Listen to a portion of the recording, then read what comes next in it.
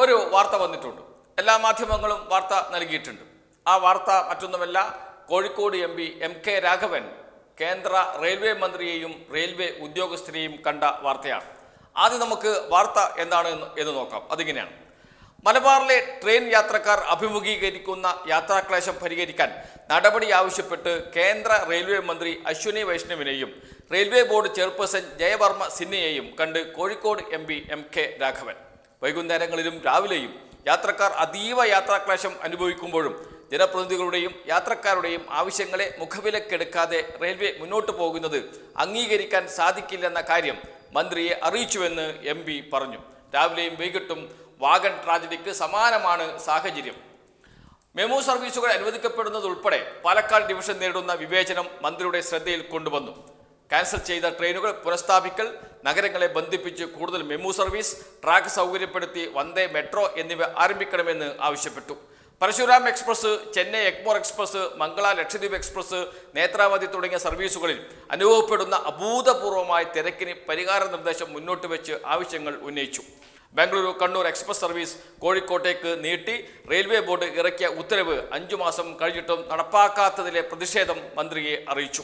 നിരവധി തവണ കേന്ദ്രമന്ത്രിയെയും റെയിൽവേ ബോർഡുമായും ബന്ധപ്പെട്ട് നടത്തിയ ഇടപെടലുകളെ തുടർന്നാണ് സർവീസ് കോഴിക്കോട് വരെ നീട്ടാനുള്ള ഉത്തരവായത്. ഉത്തരവ് അടിയന്തരമായി നടപ്പിലാക്കണമെന്ന് വീണ്ടും ആവശ്യപ്പെട്ടു. ട്രെയിൻ നീട്ടിക്കഴിഞ്ഞാൽ അത് ബംഗളൂരു യാത്രക്കാർക്കും വൈകിട്ട് 4 മണിക്ക് ശേഷമുള്ള ഹ്രസ്വദൂര യാത്രക്കാർക്കും ഒരുപോലെ പ്രയോജനപ്പെടും. വന്ദേ ഭാരത് ഓടിക്കുമ്പോൾ സാധാരണ യാത്രക്കാർ നോക്കുകുത്തികളാകാതിരിക്കാനുള്ള നടപടികൾ ആവശ്യപ്പെട്ടു.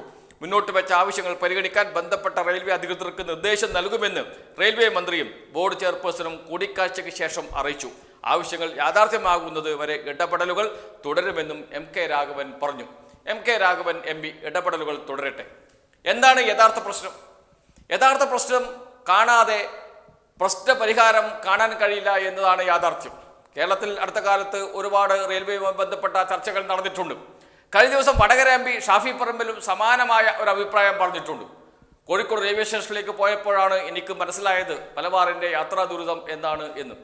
ആളുകൾ തിക്കിത്തിരക്കി ട്രെയിനിൽ കാത്തിരിക്കുന്നതും തിക്കിത്തിരക്കി ട്രെയിനിലേക്ക് കയറുന്നതും ട്രെയിനകത്ത് കാണുന്ന തിക്കും തിരക്കും ഒക്കെ കണ്ട് ഞാനങ്ങ് ഞെട്ടിയിരിക്കുകയാണ് എന്നാണ് അദ്ദേഹം പറഞ്ഞത്. ഈ ഞെട്ടൽ അദ്ദേഹത്തിന് ആദ്യമായിട്ടാണ്. എന്നാൽ മലബാറിലുള്ളവർക്ക്, ട്രെയിൻ യാത്ര സ്ഥിരമായി ചെയ്യുന്നവർക്ക് ഈ ഞെട്ടൽ ഇപ്പോഴല്ല എപ്പോഴുമുണ്ട്. ആളുകൾ തിക്കിത്തിരക്കി നിന്ന് ശ്വാസം കിട്ടാതെ കുഴഞ്ഞു വീഴുന്ന വാർത്തകൾ വന്നിട്ടുണ്ട്. ഈ വാർത്തകളൊന്നും നമ്മുടെ MP മാർ വായിക്കുന്നില്ലേ? കോൺഗ്രസ് നേതാക്കൾ വായിക്കുന്നില്ലേ? പത്രവായന ഇല്ലേ ഇവർക്ക് എന്ന ചോദ്യമാണ് ഇപ്പോൾ ഉയർന്നു വരുന്നത്. കാരണം ഇതൊന്നും അറിയാത്ത മട്ടിലാണ് ഇപ്പോൾ ഇവർ സംസാരിച്ചു കൊണ്ടിരിക്കുന്നത്. MK രാഘവൻ കോഴിക്കോട് MP ആയിട്ട് നാളുകൾ ഏറെയായി. അദ്ദേഹത്തിന് ഇപ്പോഴാണ് ബോധം വന്നത് എന്താണ് സംഭവിക്കുന്നത് എന്ന്.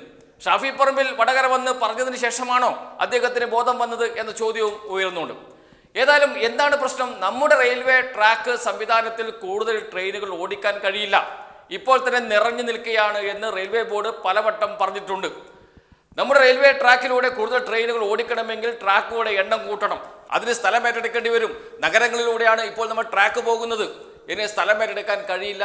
നഗരത്തിൽ സ്ഥലം ഏറ്റെടുക്കുക എന്നൊക്കെ പറയുന്നത് വളരെ ദുഷ്കരമായ കാര്യമാണ് എന്ന് എല്ലാവർക്കും അറിയാം. നഗരം തന്നെ ചിലപ്പോൾ ഇല്ലാതായി പോകും. വളവ് നിവർക്കാൻ പോലും ഇപ്പോൾ കഴിയുന്നില്ല. അതിനുവേണ്ടി സ്ഥലം ഏറ്റെടുക്കാൻ കഴിയാത്ത അവസ്ഥയാണ് ഉള്ളത്. വന്ദേ ഭാരത് ട്രെയിൻ വന്നപ്പോൾ യാത്രാക്ലേശം എല്ലാം പരിഹരിക്കപ്പെടുമെന്ന് ആവർത്തിച്ച് വിളിച്ചു പറഞ്ഞവരാണ് MK രാഘവൻ ഉൾപ്പെടെയുള്ള കോൺഗ്രസ് നേതാക്കൾ. അതിന് മുമ്പിൽ നിന്ന ആളാണ് ഷാഫി പറമ്പിൽ. നമ്മുടെ പ്രതിപക്ഷ നേതാവ് VD സതീശൻ എല്ലാ ദിവസവും രാവിലെയും വൈകുന്നേരവും വാർത്താസമ്മേളനം വിളിച്ച് പറഞ്ഞുകൊണ്ടിരുന്നു, വന്ദേ ഭാരത് വരികയാണ്, ഇനി എന്തിനാണ് റെയിൽ അതിവേഗ റെയിൽ സംവിധാനം എന്ന് ചോദിച്ചതാണ്.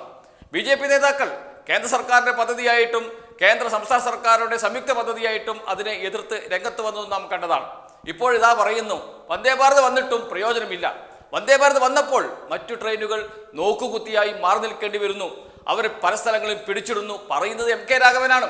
ഇത് നേരത്തെ തന്നെ കേരളത്തിൽ ഇടതുപക്ഷം പറഞ്ഞ കാര്യമാണ്. നമ്മുടെ ട്രെയിൻ സംവിധാനം അത് മാറ്റണം. ഇപ്പോഴത്തെ അവസ്ഥയിൽ ഒന്നും ചെയ്യാൻ കഴിയില്ല. അവിടെ ഒരു വികസനം കൊണ്ടുവരാൻ കഴിയില്ല. ട്രാക്കുകളുടെ എണ്ണം കൂട്ടാൻ കഴിയില്ല. അതുകൊണ്ട് ഒരു ബദൽ സംവിധാനം ഉണ്ടാകണം. ആ ബദൽ സംവിധാനമാണ് റെയിൽ പദ്ധതി. അതാണ് സിൽവർ ലൈൻ പദ്ധതി. അതിൽ പോരായ്മയുണ്ടെങ്കിൽ അത് ആ പോരായ്മ പറഞ്ഞ് പരിഹരിക്കുകയല്ല ചെയ്യേണ്ടിയിരുന്നത്. ആ പദ്ധതിയെ വേണ്ട എന്ന് പറഞ്ഞ് വലിയ സമരം ചെയ്ത് ആ പദ്ധതി ഇല്ലാതാക്കിയവരാണ് ഇപ്പോൾ നിലവിളിക്കുന്നത്. ആലോചിച്ച് നോക്കണം. കേരളത്തിന്റെ മുഖച്ഛായ മാറ്റാൻ കഴിയുന്ന പദ്ധതിയാണ് ഇവരുടെ ഇടപെടലുകളെ തുടർന്ന് ഇല്ലാതായത്.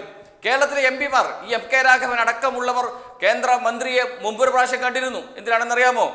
കേരയിൽ പദ്ധതി അനുവദിക്കരുത് എന്ന് പറയാൻ വേണ്ടിയിട്ട്. കേരളത്തിന് ലഭിച്ചൊരു പദ്ധതി അത് അനുവദിക്കരുത്, അത് കൊടുക്കരുത് എന്ന് ഇന്ത്യയിൽ ആദ്യമായി പോയി കേന്ദ്രമന്ത്രിയോട് ആവശ്യപ്പെട്ട MP മാരാണ് കേരളത്തിലെ MP മാർ. അക്കൂട്ടത്തിൽ ഉണ്ടായിരുന്ന ആളാണ് MK രാഘവനും. ആ MK രാഘവൻ ഇപ്പോൾ പറയുന്നു ട്രെയിൻ സംവിധാനത്തിൽ മാറ്റം വരുത്തണം, ജനങ്ങൾ വളരെ ബുദ്ധിമുട്ടുകയാണ്.